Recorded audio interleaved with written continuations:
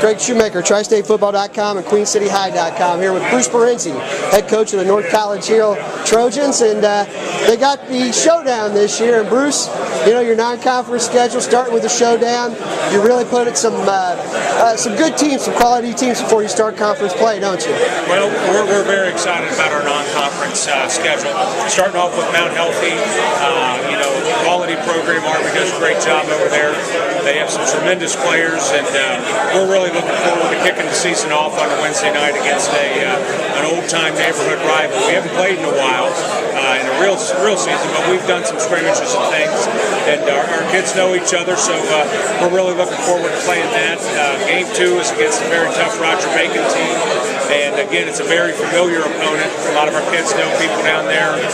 We know the coaching staff very well, so we're looking forward to that one also. And then Game 3 is Madeira, and they're coming off an undefeated season where you know, they just did a tremendous job over there, Coach Schaefer, and they have a ton of talent coming back. So we've got 3 tough ones right in a row, but we're looking forward to the challenge.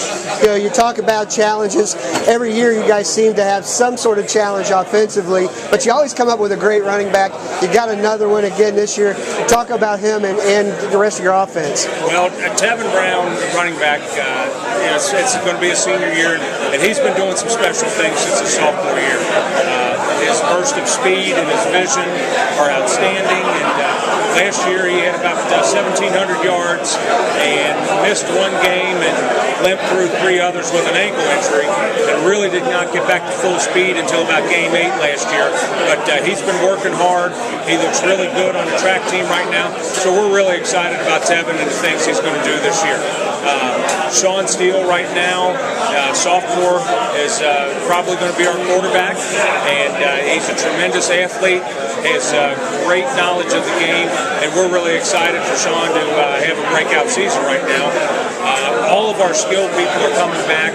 Jalen Young had a great year. He was our leading receiver and return man, scored a couple touchdowns on punt returns, kickoff returns, and DeMarcus Smith and Nigel Luke and Akeem Britton are all receivers that started last year. So we've got a nice set of skilled people coming back, and you know, we need to find some linemen to step in for. We had 4 of those kids who had been starting since their sophomore year. 4 of them graduate, so offensive line will be a question mark, but we've had some real good weight room sessions with some kids who are really looking forward to stepping in and taking their place.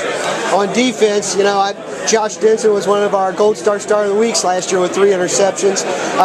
Talk about what you got coming back on that side of the ball, and you know, for the most part, you guys have been pretty solid. Outside of a Madeira game last year, you held up pretty well defensively. Right. The defense has been playing very, very well for the last few years, and you mentioned Josh Denson. Josh is a safety who did a tremendous job for us last year. Once he stepped in as the starter, week 2, I believe it was, our secondary really played well after that. He kind of tied it all together. Senior Ramir Hollis, 6'1", 190-pound safety, is drawing a lot of attention from some Division I schools, and Ramir has had just a super year off-season in the weight program, and he looks great, and I can't wait to see him with the additional weight and strength. He's going to be a special player this year. Now, your league, when you started in the Miami Valley Conference, you were sort of the biggest school in the league. You were the big dogs, but it seems the level of play from the bottom has really improved since you've been there. Summit Country Day making the playoffs last 2 years, obviously CHCA. Talk about the competitive balance and how it's gotten better in the MVC. Well, you bring up a good point. 2 years ago, we had 5 teams make the playoffs. You know, from top to bottom, and every year it seems that teams in the Miami Valley Conference are either making the playoffs or they have a shot to make the playoffs. And you know, you mentioned Summit.